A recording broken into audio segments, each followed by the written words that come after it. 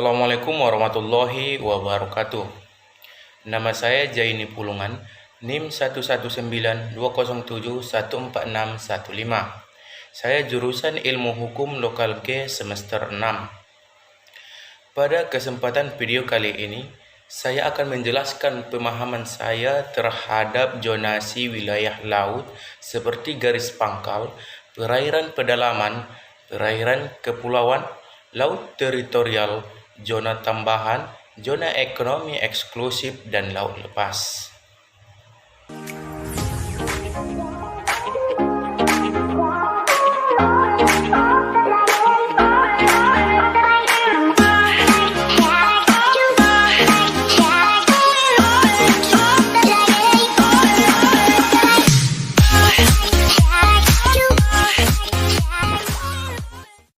Baik, yang pertama ada garis pangkal. Garis pangkal biasa sebagaimana dimaksud dalam ayat 1 adalah garis air rendah sepanjang pantai yang ditetapkan berdasarkan datum hidrografis yang berlaku pada pelaku terluar yang terletak pada atol atau pada pulau terluar yang mempunyai karang-karang di sekitarnya. Di dalam UNCLOS 1982 dikenal dua jenis negara, yaitu negara pantai dan negara kepulauan. Diakuinya konsepsi negara kepulauan adalah hasil perjuangan Indonesia sejak Deklarasi Juanda tahun 1957. Secara sistematika, ketentuan tentang negara kepulauan di dalam UNCLOS 1882 berada pada bab 4, mulai pasal 46 hingga pasal 54. Di dalam bab tersebut terdapat atas 3 istilah yang menjadi khas negara kepulauan, yaitu garis pangkal kepulauan, perairan kepulauan, dan alur laut kepulauan. Yang kedua, perairan pedalaman. Status hukum perairan pedalaman diatur dalam pasal 2 ayat 1 Konvensi Hukum Laut 1982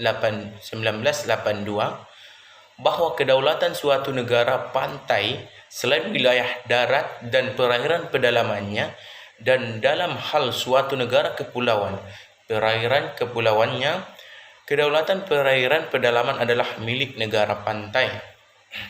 Dengan kata lain, karena negara pantai memiliki kedaulatan penuh atas perairan pedalamannya, maka negara pantai berhak untuk melarang masuknya ke pelabuhan-pelabuhannya kapal asing, kecuali kapal dalam keadaan darurat, misalnya kapal pencari orang-orang sebagai akibat bencana alam, kapal dalam keadaan rusak berat, dan dalam keadaan khusus hak lintas damai. Bagi kapal asing, jika perairan pedalaman negara tersebut dahulunya adalah laut lepas atau laut teritorial, yang karena pemakaian sistem strike based length menjadi laut pedalaman. Meskipun demikian, negara pantai tetap memberi izin masuknya kapal-kapal dagang dengan tetap tunduk pada berlakunya hukum nasional dan negara pantai.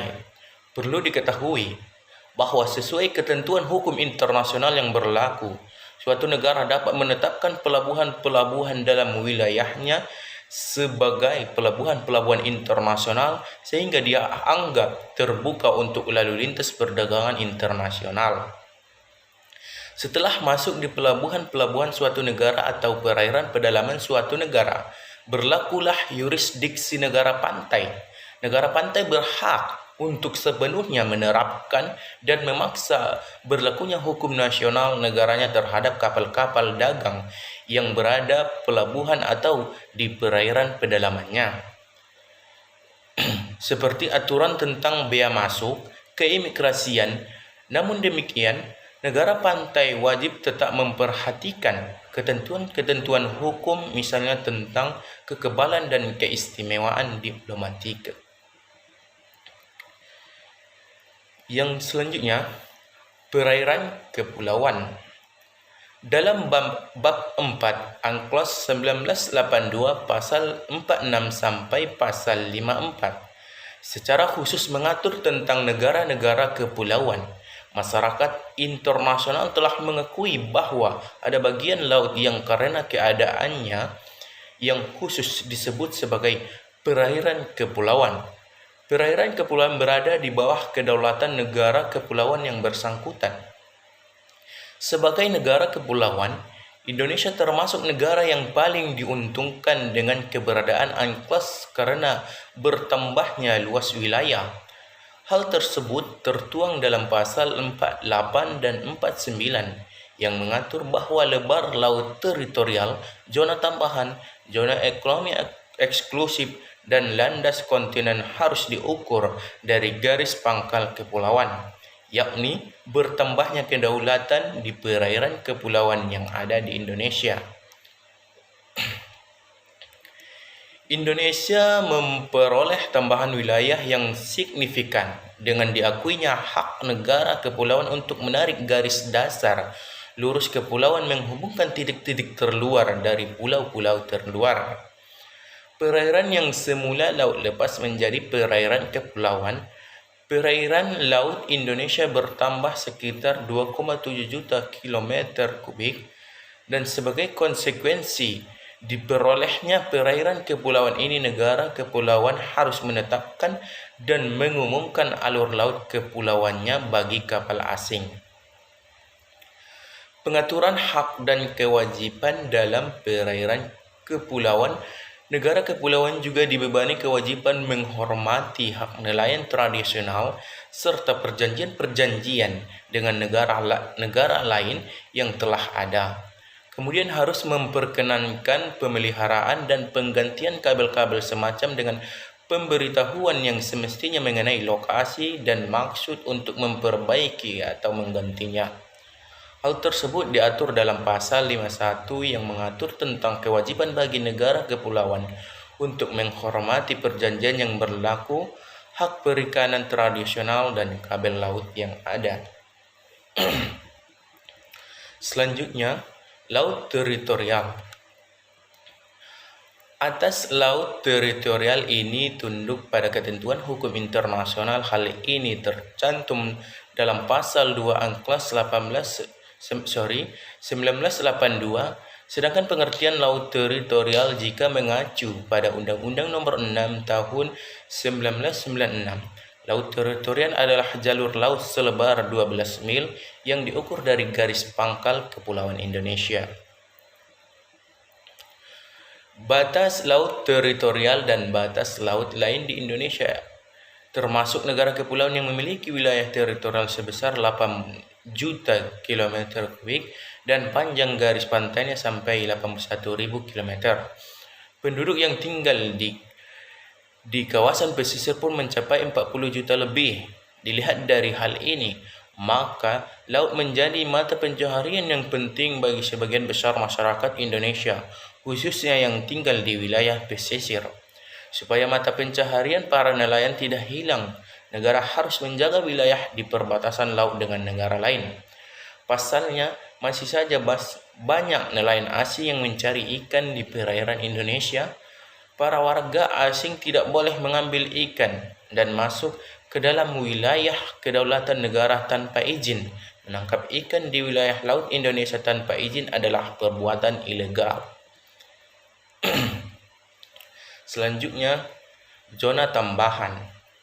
Di dalam ayat 2 ditegaskan tentang lebar maksimum dari zona tambahan tidak boleh melebihi 12 mil laut diukur dari garis pangkal.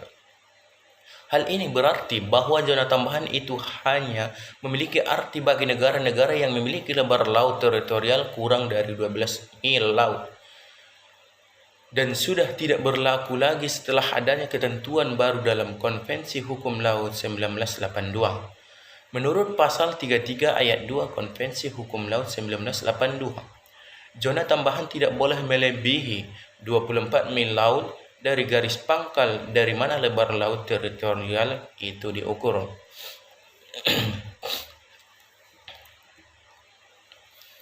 Adapun beberapa hal guna memperjelas tentang letak zona tambahan, yaitu 1. Tempat atau garis dari mana lebar jalur tambahan itu harus diukur. Tempat atau garis itu adalah garis pangkal. 2. Lebar zona tambahan itu tidak boleh melebihi 24 mil laut mengukur dari garis pangkal. 3. Oleh karena zona laut selebar 12 mil laut diukur dari garis pangkal adalah merupakan laut teritorial, maka secara praktis lebar zona tambahan itu adalah 12 mil laut itu diukur dari garis atau batas teritorial laut luar. Dengan kata lain, zona tambahan terletak di luar dan batas laut teritorial. Keempat, pada zona tambahan negara pantai hanya memiliki yang terbatas seperti yang ditegaskan dalam pasal 33 ayat 1 Konvensi Hukum Laut 1982. Hal ini tentu saja berbeda dengan laut teritorial di mana negara pantai di laut memiliki kedaulatan sepenuhnya dan hanya dibatasi oleh hak lintas damai. Selanjutnya, zona ekonomi eksklusif atau ZEE. Zona ekonomi eksklusif adalah salah satu fitur paling revolusioner dari UNCLOS 1982 dan memberi dampak yang signifikan pada pengelolaan dan konservasi sumber daya laut. Rezim ZEE menerbitkan klaim-klaim sepihak di atas perairan negara-negara di masa dasar dengan memberi hak kepada negara pantai untuk eksplorasi dan eksploitasi, pengelolaan dan konservasi sumber daya alam hayati dan non-hayati dari laut dan tanah di bawahnya serta air di atasnya dan kegiatan-kegiatan lainnya untuk eksplorasi dan eksploitasi zona ekonomi tersebut, seperti pembangkitan energi dari udara, arus laut, dan angin. Hak eksklusif di ZEE disertai tanggung jawab dan kewajiban. Sebagai contoh, UNCLOS 1982 mendorong pemanfaatan stok ikan secara optimal. Di ZEE-nya, setiap negara pantai harus menentukan total tangkapan yang diizinkan untuk setiap spesies ikan dan memperhitungkan kapasitas penangkapannya. ZEE diatur pada bab 5 dari UNCLOS 1982 terdiri dari 21 pasal dari pasal 55 hingga pasal 75. UNCLOS 1982 mendefinisikan ZEE sebagai perairan yang terletak di luar dan pasal laut teritorial, tunduk pada rezim hukum khusus yang ditetapkan dalam bab 5 ini didasarkan hak-hak dan hak-hak serta kebebasan-kebebasan negara lain. Selanjutnya, laut lepas. UNCLOS 1982 memberikan definisi laut lepas, yaitu semua bagian dari laut yang tidak termasuk dalam zona ekonomi eksklusif, laut teritorial atau perairan pedalaman suatu negara, atau perairan kepulauan suatu negara kepulauan yang tidak mengakibatkan pengurangan apapun terhadap kebebasan yang dinikmati semua negara di dunia. Hakikatnya, laut lepas hanya dapat digunakan untuk bertujuan damai dan tidak ada satu negara pun yang berwenang menerapkan kedaulatan di atas wilayah laut. Laut lepas dalam UNCLOS pada pasal 2 dari Konvensi Jenewa mengatakan bahwa laut lepas harus terbuka bagi semua negara. Tidak ada satu negara pun yang boleh mengklaim bahwa laut lepas adalah bagian dari wilayahnya. Dalam laut lepas terdapat kebebasan untuk berlayar, memancing, meletakkan kabel-kabel bawah laut, dan pipa-pipa sejenis, serta kebebasan untuk terbang di atas udara laut lepas tersebut. Kebebasan tersebut dilanjutkan dengan dijamin menurut pasal 87 dari UNCLOS. Pasal 6 dari Konvensi Jenewa menegaskan bahwa kapal yang berlayar dalam wilayah laut lepas harus menunjukkan bendera negara kapal. Dengan demikian, memiliki kewenangan eksklusif untuk memberlakukan hukum negara bendera kapal untuk wilayah di dalam kapal tersebut. Mungkin cukup sekian yang dapat saya sampaikan. Bila ada kesalahan, mohon dimaafkan. Wabillahi taufik wal hidayah. Wassalamualaikum warahmatullahi wabarakatuh.